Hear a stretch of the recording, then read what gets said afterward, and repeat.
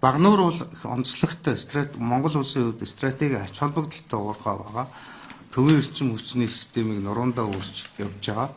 Тэгээд манай Эрдэнэс Монгол нэгдлийн бас ууган компани анхны тэр утгаараа бид бол энэ компани дээр нэлээдгүй онцгой анхаарал тавьж байгаа. Санхүүгийн нөхцөл байдлыг сайжруулах үүднээс өнгөрсөн одоо бас 2 жилийн хугацаанд тодорхой арга хэмжээ авч ажилласан. За энийг бол манай төвшин жаргал захиралтай Багнуурын хамт олон маань бас зөв ашиглаж түүхэн амжилт гаргахаас гадна бас хуримтлагдсан асуудлуудаа бол шийдэж чадсан. Цаашдаа бол бид нар энэ компани бол зөвхөн нүүрс олборлогод алдагдaltaй ажилладаг биш. Улсынхаа тусгамд тулгымцсан асуудлуудыг шийдвэрлэдэг. За боловсруулах үйлдвэрлэгч ийм компани болоод үр ашигтай ажилладаг ийм компани болох энэ одоо ажил бол өнөөдрөөс ингээд эхэлж байгаа гэж ингэж ойлгож байна.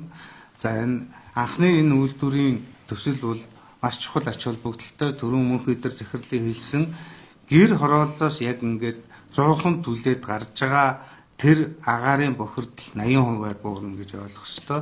За Улаанбаатарын агаар бол зөвхөн гэр хорооллоос гадна автомашин, уурын зуухнууд, энэ цахилгаан станцын бохирдлууд бас болж үүсдэг. За энэ ажлууд бас давхар засгийн газрын төвшөнд энэ бусад бохирдлын асуудлыг бууруулах ажил хийгдэнэ гэж ингэсэн хүлээлттэй байна. За энэ төсөл бол бид нэр 27 оны 1-2 дугаар улиралд ашиглалтанд оруулахаар төлөвлөж байна.